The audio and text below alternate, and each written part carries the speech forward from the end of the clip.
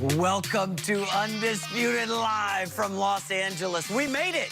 We're here for Friday. I'm Jason McIntyre. He's Greg Jennings. Over here, Rob Parker. Good morning, gentlemen. Good morning. What's Fired up? happening? Oh, Fired my up? goodness, yes. Get a little something. Let me get Yeah. Let's do this. Got to watch some preseason football. Wow, I saw a lot of good stuff and a lot of bad stuff. Ahead on the show, did the Lakers' championship hopes take a major hit? And Zeke is looking fit, but will it matter? But we're going to start with the #1 pick. Folks, the hype train lost some steam for Kyler Murray last night. After an impressive 6-for-7 debut last week, Kyler struggled big time against the Raiders last night. Murray certainly looked like a rookie on the field. He was 3 for 8 for 12 passing yards, was sacked twice, once for a safety. He also drew 3 flags, 1 delay of game, and 2 false starts. After the game, Kyler admitted he didn't look good, but also chalked it up to it being only the preseason. It obviously wasn't as, polished as we would like it to be, but, I mean, it's a learning experience. I mean, it's football. We didn't look as good as we would like to look, but it's a preseason. This is why it's the preseason. It's just tough because, we're not playing a whole game. And it's I don't want to say it's not real, but it's just, it's not the regular season. We're not doing everything that we're going to do. So that's why it's kind of, it gets frustrating, but at the same time, it's preseason, so. Greg Jennings, how concerned are you about that generational talent you spoke about yesterday, Kyler Murray? I figured you would throw that out there. Had to. You know what? I'm not concerned. I'm not concerned at all. What I'm excited about is what I heard post-game. He's not rattled about his performance. He understands there's a progression to this thing. Second preseason game, you're going to get some different looks, and he definitely got some different looks thrown at him.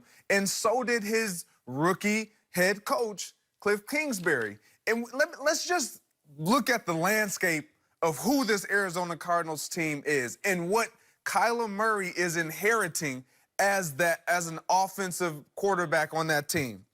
Passing yards last season, dead last. Rushing yards, which we know that helps out a quarterback, takes a little bit of pressure off the quarterback, dead last. Total offense, dead last. Points per game, 14 points, dead last. Greg, that's why you get the #1 overall pick. It is why you get the #1 overall pick. In giveaways, they were 27. So let's understand what this young man is inheriting. He understands that. He understands it's going to be a process. But what I like about him is he's going to make this team better. I guarantee when we sit here at the end of this season, we won't be talking about the Arizona Cardinals being dead last in these categories because of what he provides. His ability to, again, as I mentioned before, escape, elude tackles. We saw it last night. We obviously saw some pressure that he has to then get rid of the ball, but he needs help. It can't be all about Kyler Murray, and that's what it's looking like it's going to be. So this offense, as highly exciting as it is and it's been in the college game, the one thing about the pro game is if you can't make it work, if teams see that there's any kink where they can expose it, they're going to expose it. Teams are going to jump right on and do this. But I still am high on Kyler Murray. I think he has a bright, bright future. They got to get some pieces around him, and they got to protect him. After watching Kyler Murray's game last night, baseball fans all over America were excited. He went 3 for 8. He's on his way to the Baseball Hall of Fame, but unfortunately we realized it was football, and he looked more like a Pop Warner quarterback, just not as big. So let's just be honest, Greg. Wow. That's a low blow. I'm just saying. That was bad last night. And you could talk about the past, last year, what's wrong with the Cardinals. We all got that.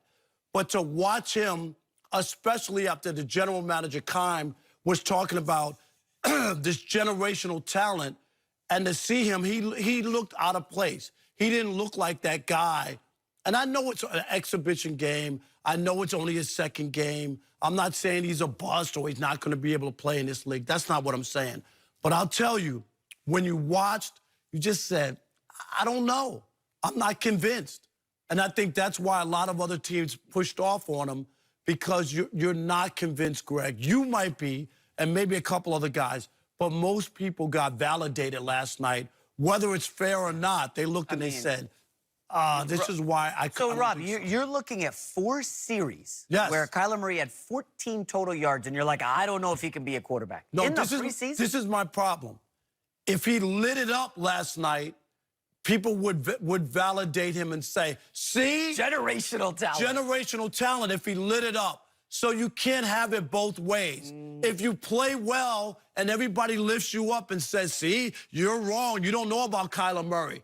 But now if you're playing out there and you're talking about being elusive, he got sacked a few times, he was flushed out, they were all over him, and he didn't know what to do with the football. I didn't see the poise that people were talking about, not last night. He was under duress, which is natural. But why can't you have it both ways? Why can't there be nuance? And you say, you know what? I'm concerned about this guy behind that awful offensive line, but ultimately he could be okay.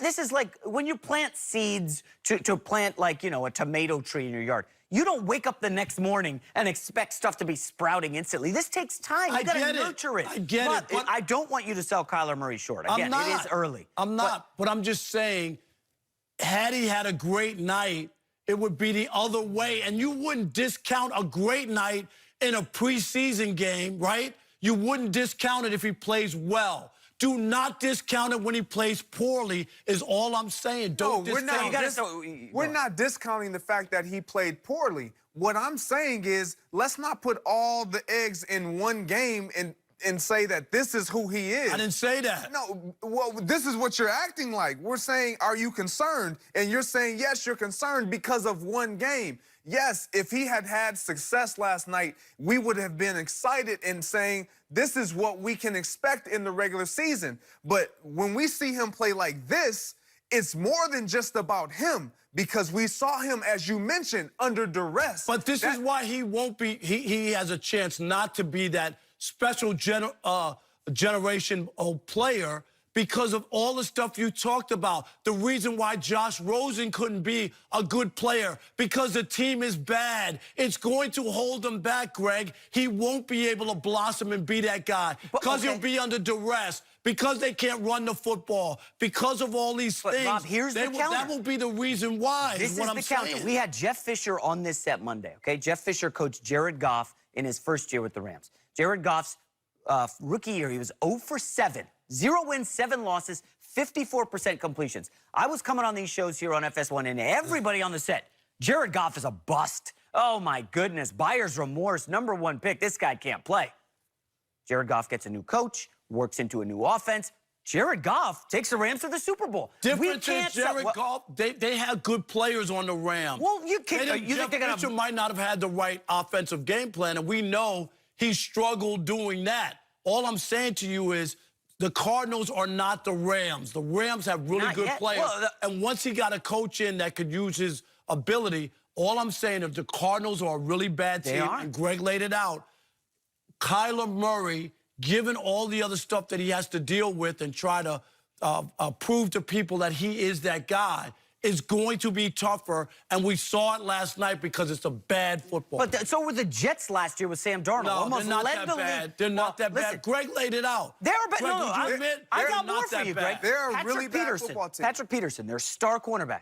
He's out for the first 6 games. Their #2 cornerback, Alford, the guy they signed in the offseason, who, by the way, gave up the most receiving yards in the league last year. He's hurt and out for a couple months. This defense is going to be bad. Rookie coach, rookie quarterback. Greg, this is a 2 or 3 win team, but I'm not concerned about Kyler Murray. You're not either, right? Yeah, I'm not concerned about Kyler Murray because of the process. And #1, when you look at teams that are bad, you have to start, what we start to do is start to pick out what's good about those teams. Kyler Murray is going to be what is good, what is promising, what is the future about the Arizona Cardinals. So we can't just throw all the bad on his shoulders and say, look, bring us to prominence, make us relevant again. That will happen eventually. But what the upper management has to do is plug in pieces around this young man. If you're so sold on him about being the generational talent that I believe he can be, and that you say that he already is, then you have to do that to protect him. You can't put him out there and playing this college-style offense with this spread, with 3, 4, 5 receivers out on the field, and your tackles on the islands, with the rushers that we have in this National Football League, your quarterback is going to suffer. He's going to be under duress. And again, another stat that I didn't even mention, they were